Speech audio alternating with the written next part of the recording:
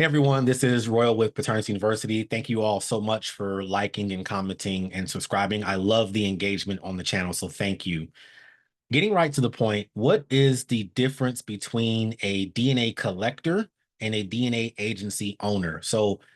Usually when I do my consults, a lot of people ask me, hey, I want to be a collector, or what's the difference? They're trying to figure it out, and of course, there's not much information publicly on like primary sites that talk about this stuff.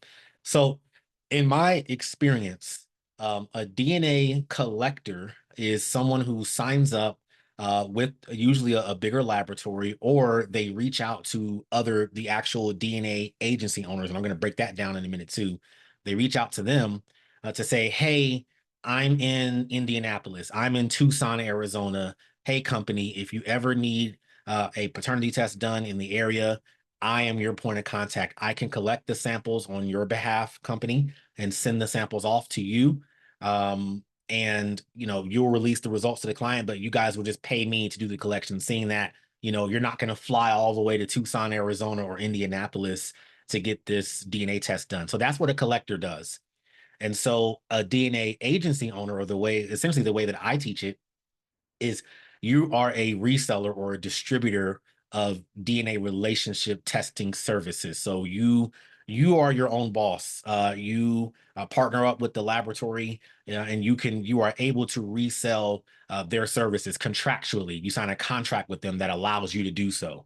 And so when you do that, you own the whole process, except of course the actual laboratory testing aspect of it. You don't own that, but you take control from the beginning. So you're the one that's going out and trying to find clients. You are reaching out to lawyers, you are doing it, et cetera, et cetera.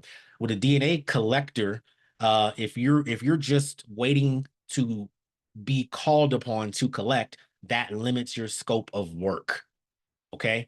So if you signed up with a lab and you're waiting for that laboratory to call you, that may never happen, or it might happen 6 months from now, or it might happen a year from now, whatever. I mean, even in my experience, I've only ever really done maybe about 5 or 6 collections in 3 years. I've only done about 5 or 6. So imagine if I was only just waiting for somebody to contact me, if I was just a collector now. And also on the flip side of that, however, I had a very reliable collector in Baltimore when I was running an operation in Baltimore, and she reached out to me. She cold called me and let me know, hey, I see that you're another DNA testing company. I don't know if you're locally owned, but hey, I'm a collector. I can collect samples on your behalf. Here is my price. Okay, great. I kept her in mind. One day I needed her. I did. I needed a mobile DNA agent, or a mobile DNA collector in Baltimore. And I contacted her, and she did the test flawlessly, and I paid her fee, and she eventually became essentially a contractor with my company. She'd get a W-9, and send me a W-9 and all that good 1099 at the end of the year and everything. And she did probably a few $1,000s worth of collections for me over the course of about 14 months or so.